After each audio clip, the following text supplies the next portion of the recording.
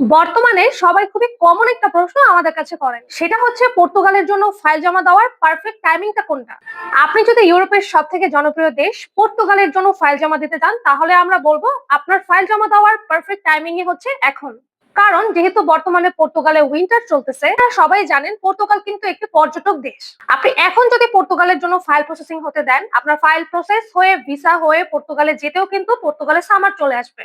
আর Portugal যেহেতু একটি পর্যটক দেশ, সামারে কিন্তু পর্তুগালে কোনোই কাজের অভাব হয় না। আপনি খুব সহজে কিন্তু সামারে পর্তুগালে যে কোনো কাজ করে কিন্তু ইনকাম করার সুযোগ পাচ্ছেন। পর্তুগালে কিন্তু সামারে কাজের চাহিদা অনেক বেশি থাকে এবং সেখানে কিন্তু লোকও অনেক বেশি নেওয়া হয় কাজে, তাই আপনি কিন্তু যে কোনো ভাবে কিন্তু যে কোনো একটা কাজ পেয়ে যাবেন। যারা নর্মালি আরো ওয়েট করে চিন্তা ভাবনা করে ফাইল প্রসেসিং এর জন্য দেরি করে ফাইল দিবেন, সেক্ষেত্রে দেখা যাবে যে আপনার ফাইল প্রসেস হয়ে অনেকটা সময় লেগে যাচ্ছে। তখন দেখা যাবে যে আবার উইন্টার চলে আসবে। সো তার থেকে বেটার অপশন হচ্ছে আপনি এখন আপনার ফাইল প্রসেসিং এর জন্য দেন।